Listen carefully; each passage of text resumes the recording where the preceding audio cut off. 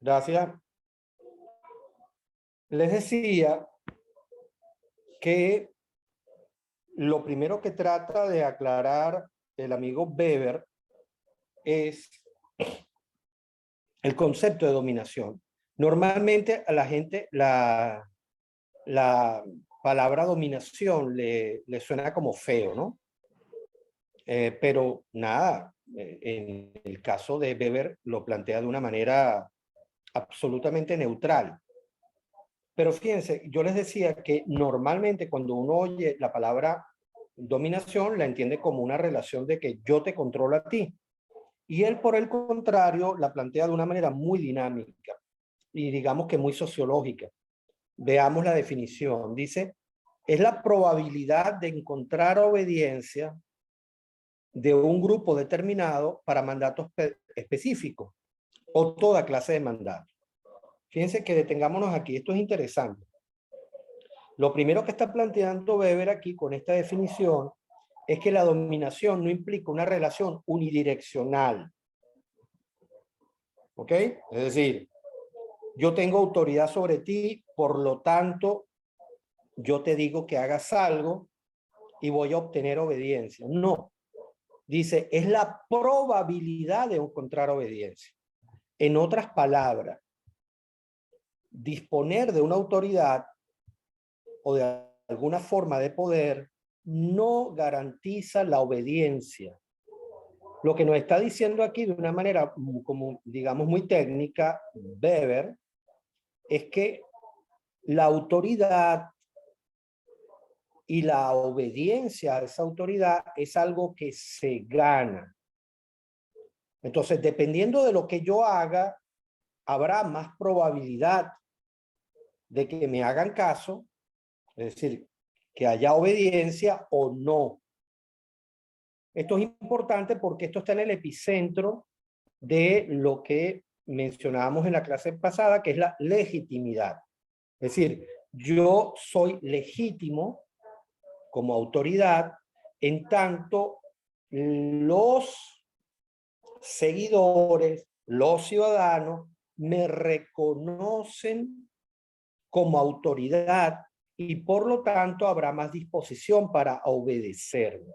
Entonces esto es una primera idea importante, es decir, la obediencia no es algo que se obtiene solo porque yo tengo un cargo, ¿ok? Sino que yo tendré más probabilidad de obediencia en la medida que mi desempeño, recuerdan, legitimidad de desempeño, sea mejor. Y como dice ahí, la obediencia puede ser para mandatos específicos o mandatos abiertos, es decir, para que la gente obedezca para múltiples cosas. Esta idea me parece fundamental, ¿ok? Entonces, el que tiene autoridad, si quiere obediencia, tiene que hacer lo necesario para aumentar la probabilidad. Por eso después, y esto es importante, eso lo dejé indicado la clase pasada, podemos tener autoridades legítimas y autoridades ilegítimas. La gran pregunta que yo les hacía el otro día era ¿por qué Weber no desarrolla las autoridades ilegítimas?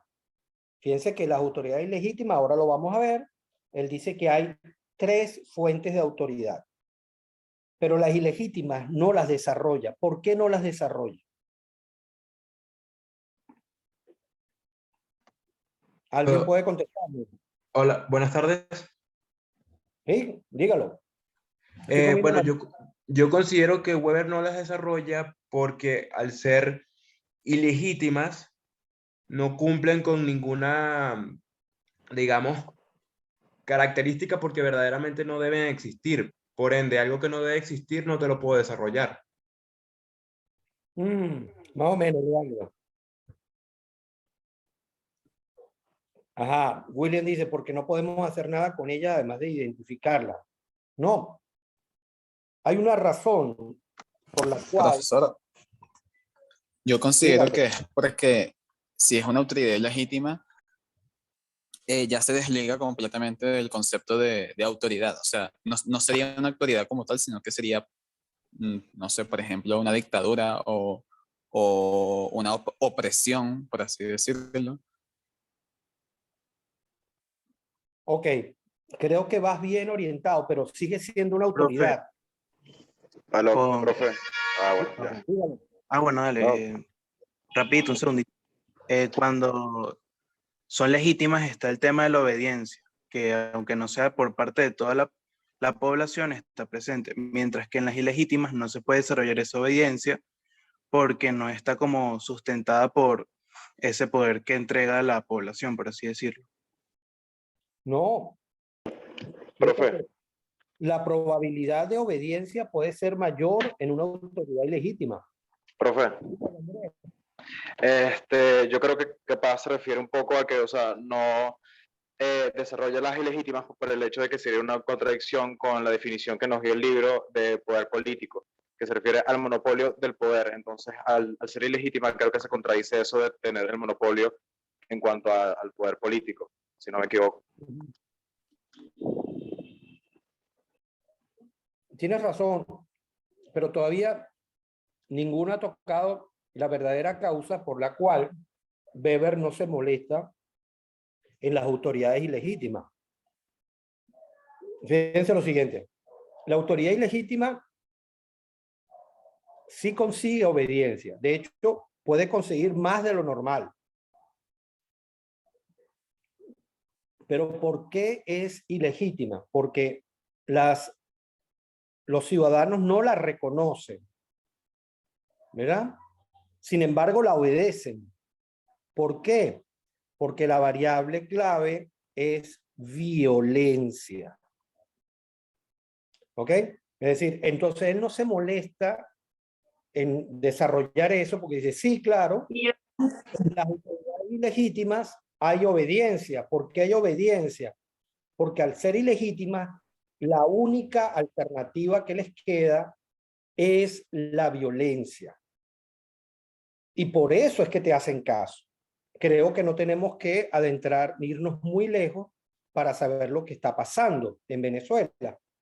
Tú tienes unas autoridades que son ilegítimas, pero tú dices, bueno, ¿y por qué siguen ahí? El 90 y pico % de la población las rechaza, sí, pero el tema es que del otro lado de esa autoridad ilegítima hay armas y además ya han dado muestras suficientes de que están dispuestos a usarla, ¿verdad? Sin ninguna contemplación. Entonces, Profesor. Weber dice, voy a ponerme a estudiar. ¿Ok? Es decir, vamos a estudiar cómo es que un malandro te apuntó con una pistola y tú le hiciste caso. Wow, ¿por qué le hiciste caso? ¿De dónde sale la obediencia? Bueno, porque me está apuntando y me puede matar.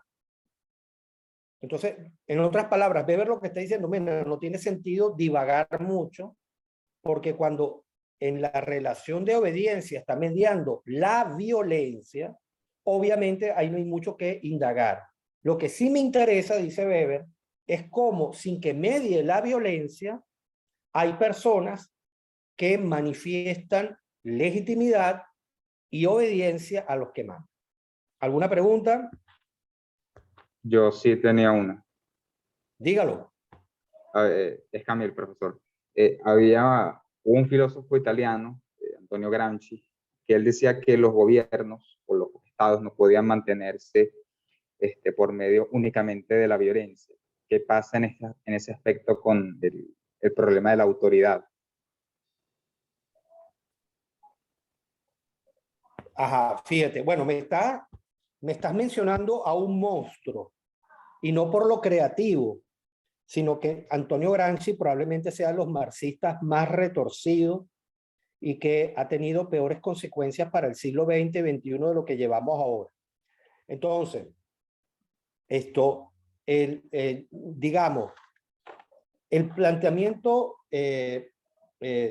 central de Gramsci, al final, Gramsci lo que hace es lo que hacen todos los marxistas, que es criticar las sociedades libres, abiertas, democráticas, planteando una sociedad supuestamente igualitaria y solidaria, que terminan todas en un infierno. Entonces, ahí diría yo que no habría mucho más que agregar. Lo que interesa, como te digo aquí, lo que interesa es ver cuál es la fuente de la legitimidad. que es por lo que se pasea el amigo Weber, sobre 3 fuentes de autoridad que, como veremos ahora, 2 entran dentro de lo que podríamos llamar la normalidad institucional y una que está fuera de la normalidad institucional. ¿Ok? Muchas gracias. Hubo como una caída de luz en mi casa, así que si nos quedamos incomunicados, ustedes ya saben, no entren en pánico, ¿de acuerdo? ¿Me siguen? Sí, profe. ¿Aló? Ok. Sí, profe. Sí, Ok, profe. gracias. Sí, profe, Entonces, todo en orden. gracias, muy amable. Bueno, entonces fíjense, el amigo Weber dice, bueno, hay 3 tipos de autoridad. Disculpe, profe, pero anda perdida. Nazaret dice que anda perdida. Si Nazaret anda perdida, ahí sí estamos mal. O sea, bueno, mi niña, si no te sientes bien, tranquila, no hay problema. Bueno, fíjense lo siguiente. Lo primero que hay que mencionar o decir con respecto a las formas de autoridad de Weber es que él tiene 3. Lo que llamaríamos la autoridad racional legal, la tradicional y la carismática. Recordemos que esto es un ensayo que se lo elabora en la segunda década del siglo XX y que fue premonitoria. Ahora lo van a ver por tratarse de un sociólogo alemán y la época en que lo escribe. Claro, como normalmente la gente no lee a los sociólogos, bueno, después pasan las cosas que pasan, pero ahora van a ver por qué. Empecemos con la autoridad tradicional. La autoridad tradicional, como defino ahí de manera muy precisa, es la creencia. ¿Cuál creencia? De la gente, de los ciudadanos, de las personas, la creencia o la convicción de que lo que viene de la tradición es válido. ¿Ok? Y por lo tanto, el poder que es ratificado por la tradición también es válido. ¿Okay? De eso tenemos una larga historia que consiste en gobiernos monárquicos a lo largo de la historia, en diferentes épocas, en diferentes lugares del mundo. Hemos tenido un poder que es tradicional. Ese poder tradicional no solamente se traduce en monarquías. Digamos que las monarquías son como las más llamativas, las más notorias. Un rey, una reina, le ponen una corona y no sé qué, y un palacio. Pero, por ejemplo, en las sociedades tribales hay una autoridad tradicional en la cual un sujeto es el jefe de la tribu. En algunos casos, dependiendo de la cultura de la tribu, ese cargo es hereditario. En otros casos se gana a partir de una serie de rituales de combate, etcétera. Digamos que el jefe de la tribu encarna lo que llamaríamos el poder ejecutivo, y después hay una instancia en casi todas las culturas tribales que es lo que llamaríamos el consejo de ancianos. ¿Ok? Que el consejo de ancianos es una combinación de poder legislativo con poder judicial. Y que sirve como una forma de contrapeso, ¿se acuerdan? Al tema de la concentración del poder. Entonces, ese consejo de ancianos, precisamente porque son personas mayores, son menos veleidosos, tienen menos ganas de entrar en guerras con otras tribus, tienen más experiencia, es decir, son más sensatos. Entonces, digamos que entre esas 2 fuerzas políticas se da un balance racional. Y para una cultura tribal relativamente pequeña, con una población limitada, eso le funciona. Entonces digo que el poder tradicional puede ir de un extremo a otro de estos. En el mundo actual, y esto es importante decirlo, ya te atiendo, Nazaret. Esto, en el mundo actual hay monarquías, pero por ejemplo hay una diferencia importante entre las monarquías que operan en el mundo occidental de las que operan en el mundo islámico, en el mundo asiático. Me explico. En España hay una monarquía, en Inglaterra hay una monarquía, en Holanda hay una monarquía, en Noruega hay una monarquía. Y, por ejemplo, Noruega es el país que aparece evaluado como la mejor democracia del mundo en el índice de democracia que desarrolla la revista británica The Economist, por ejemplo. Entonces dice, pero no es una monarquía. Es una monarquía en el sentido de que hay una estructura de poder que ha sobrevivido al tiempo, pero el monarca noruego o el monarca de España, ¿ok? Contrariamente a su nombre, monarca, es decir, gobierno de uno, ya no es una autoridad absoluta como lo pudo haber sido Luis XIV, el famoso monarca francés, sino que ha cambiado. Entonces, por eso se les conoce como monarquías constitucionales, donde el rey, en este caso el rey de España o la reina de Inglaterra, tienen una autoridad muy limitada como representante de la nación, pero por debajo de ello hay toda una estructura de poder moderno. Hay un poder ejecutivo, hay un poder judicial, hay un poder legislativo, se opera bajo elecciones libres, hay libertad de prensa, organización, etcétera, etcétera, etcétera. ¿Ok? Entonces, ahora sí hay en el mundo monarquías. Bueno, también tenemos el caso de Japón. Japón tiene un emperador al cual se le rinde una especial admiración y respeto. Pero el emperador básicamente es como un símbolo de la nación.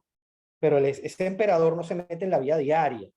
Es decir, no tiene que ver con hacer las leyes del parlamento japonés, ni con cómo gobierna el ejecutivo, hay elecciones, etcétera, etcétera.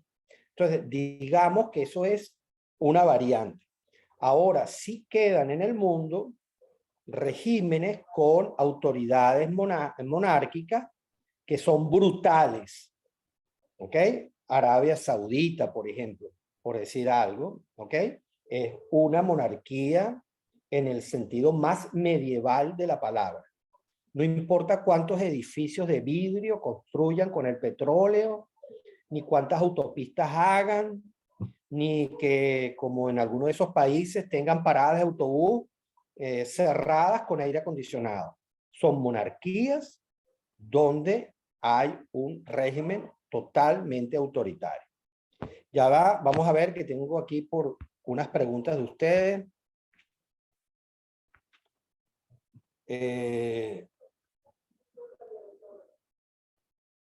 Ya va aquí, a ver, primero Nazaret dice, por medio de esa tradición pondría de ejemplo la iglesia, que por medio del miedo y poder autoritario hacia la gente actúa como quería. En este caso la iglesia es A y la comunidad es B. Exactamente. Fíjate, en ese sentido también ha cambiado mucho. Es decir, efectivamente, en algún momento de la historia, la iglesia católica era un estado como cualquier otro, con un rey o un monarca, que en este caso era el papa. Eso ahorita nos parece lejano, pero en su momento, durante siglos,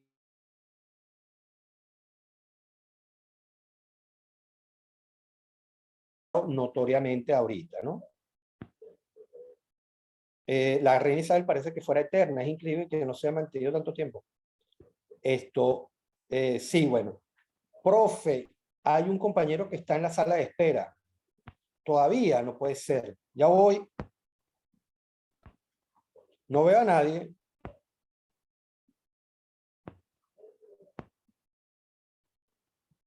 O ya entró o se molestó y se fue. Dice Corea del Norte con su gobernante, me atrevo a decir que es un régimen que tiene tendencia a ser, sí, digamos que es una parte de las locuras de los regímenes de izquierda, es decir, comienzan con el cuento de la liberación del pueblo y terminan como regímenes monárquicos. Es el caso de Corea del Norte, obviamente, es el caso de Cuba, donde prácticamente el poder se hereda, en algunos casos dentro de la misma familia y en otros casos se hereda dentro de las conchupancias que hace el Partido Comunista. William, la Iglesia Católica antes era como cuando yo diga salta, tú dices qué tan alto. Ajá, sí, antes la Iglesia tenía ese poder también extraordinario, pero eso ha cambiado muchísimo. David Guzmán, muy bien, me alegro que hayas entrado, David. Bueno, entonces tenemos el poder tradicional, ¿ok? Ahora, digamos que el que más me interesa a mí es el poder racional. Yo no lo pongo ahí en la presentación, pero agréguenle un guioncito. Guión legal. Como lo propone Max Weber. Fíjense que yo ahí agrego algo, antes de entrar a ese poder, que aquí agrego una nota, dice, el poder racional legal puede tomar muchas formas, pero es el que mejor se adapta al paradigma racional y al paradigma de las sociedades abiertas. El concepto de sociedades abiertas se lo debemos al gran pensador y científico Karl Popper. Para él, ¿qué era una sociedad abierta? Una sociedad abierta era una sociedad que estaba basada en el principio de la libertad. Es decir, por eso se le llama sociedades abiertas. Abiertas al pensamiento, a la creación artística, a la creación científica, a la innovación empresarial, innovación tecnológica, política, social, a la participación de la gente, sociedades abiertas, que contrastan, por supuesto, con sociedades cerradas, pues, como lo es Rusia, como lo es China, como lo es Corea del Norte, o por supuesto muchos países islámicos. ¿Okay? Profesor, Ajá, dígalo. tengo una duda. Popper, con ese concepto de sociedades abiertas, no sé si se refería también a la existencia de instituciones que regularan, digamos, los aspectos de la sociedad. No sé si eso es correcto o no. En el caso de que las instituciones representen la división de los poderes, pues, y de que no haya, o sea, de que esas instituciones velen para que la sociedad no sucumba entre sí, pues. Claro, fíjate, Camil, el tema, eso que acabas de tocar es muy importante, de hecho eso lo vamos a ver con más detalle en próximos capítulos. Efectivamente debe haber instituciones, pero no hay que olvidar que las instituciones, y todo el mundo, por ejemplo, todo el mundo te dice, Venezuela tiene un déficit institucional, obviamente. Ahora, las instituciones por sí mismas no son soluciones a los problemas. Porque en definitiva, lo que hace que una institución funcione es la gente que está dentro. ¿Eh? En Venezuela, si usted lee la Constitución y se pasea por el centro de la ciudad, verá que tenemos una cosa que se llama Congreso o Parlamento, Asamblea. Entonces, cualquiera desde afuera diría, bueno, en Venezuela hay una asamblea, es decir, un poder legislativo, hay un Tribunal Supremo de Justicia y hay un ejecutivo. Entonces, oye, ¿aquí hay democracia? No, porque en definitiva, es decir, las instituciones en términos formales no garantizan los resultados. Tiene que haber gente que con su participación política, con su conducta cívica, con sus valores, con sus creencias, haga que la sociedad funcione. ¿Okay? Esto yo creo que es clave. Eso lo vamos a ver con Robert Dahl y con Norberto Bobbio más adelante. Entonces, si tú no tienes gente con compromiso político, con participación, y no tienes un aparato político dispuesto a llevar eso adelante, no importa cuántas instituciones crea. Fíjate que según la Constitución bolivariana, nosotros deberíamos ser súper democráticos, porque no tenemos solo 3 poderes, tenemos como 5. Chávez inventó 5 poderes, o sea, Chávez le corrigió la plana a Montesquieu. Y bueno, aquí estamos, pues. Porque el problema no está en eso, el problema está en la gente y en la sociedad que asume esa institución. ¿Ok? Eso es parte del debate. Eso es parte del Perfecto. debate que tenemos entre manos. ¿De acuerdo? Entonces, fíjense, ahora, aquí la definición que yo pongo parece muy sencilla, pero son clave. El poder racional legal se basa en ¿qué? En una creencia, yo pongo una creencia o una convicción, síganme aquí, esto es importante, en la legalidad de las normas. ¿Ok? Y el derecho a mandar de los que se adecúan a esas normas. Esta definición a mí me parece fantástica porque esto explica por qué Canadá es Canadá, Noruega es Noruega o Estados Unidos es Estados Unidos. Es decir, el poder racional legítimo surge de ¿qué? De que los ciudadanos tienen 2 convicciones muy importantes. Ambas están dirigidas a despersonalizar el poder. Porque lo primero que dice es, estos ciudadanos tienen la convicción o la creencia de que la legalidad viene de las normas. Es decir, las normas son las que dicen lo que hay que hacer. No lo dice nadie. No lo dice la puntada de un líder. Lo dicen las normas. Es decir, en definitiva, la Constitución. La gente cree en la Constitución y en las leyes. Dice, de ahí viene la legalidad. 1. Y 2, dice, las personas tienen derecho a mandar, es decir, son legítimas. Yo le voy a reconocer que el presidente Biden es el presidente y tiene derecho a mandar. Se lo reconozco en la medida en que su actuación se adecúa a esas normas. ¿Ok? Entonces estamos hablando de una doble legitimidad. O sea, yo creo que la legalidad viene de las normas, yo ciudadano. Por lo tanto, si alguien me va a mandar, yo lo voy a reconocer porque cumple esas normas. No porque se llame Pedro Pérez o porque sea de este partido o del otro, sino porque cumple las normas. Entonces, ese es el epicentro de una sociedad moderna. Y ahí está, en respuesta a lo que decía el amigo sobre las instituciones. Entonces, si en una sociedad, eso es lo que la gente piensa, evidentemente eso se va a traducir en las instituciones que tiene. Entonces, cuando mucha gente dice, bueno, ¿y usted por qué se va a Estados Unidos? Y dice, no, porque allí se vive bien, o me voy a Canadá porque está bien. Ajá, eso es cierto, pero no está, gracias, William, pero no está entendiendo por qué está bien.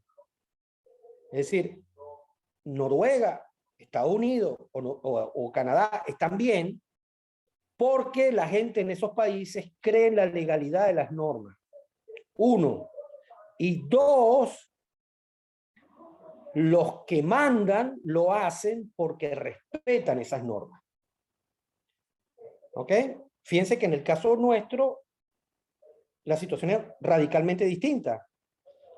Una parte importante de los venezolanos, y usted lo sabe, ¿verdad? No creen normas. Las normas no fueron hechas para ellos.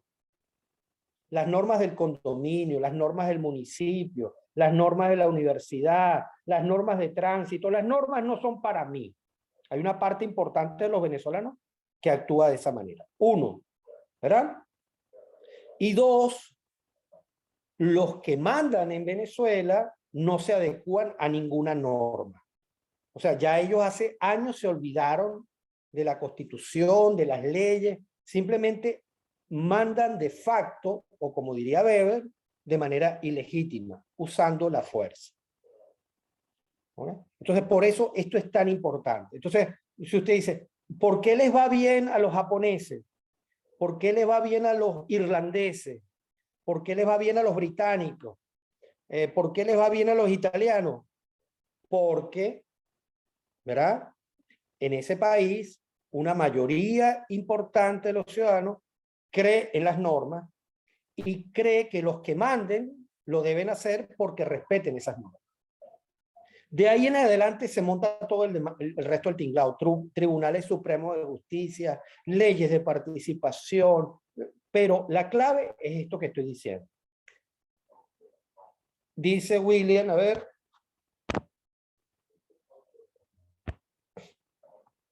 No es solo eso, la viveza es poder, es dar un paso y decir que uno se come al mundo y pisamos a los demás.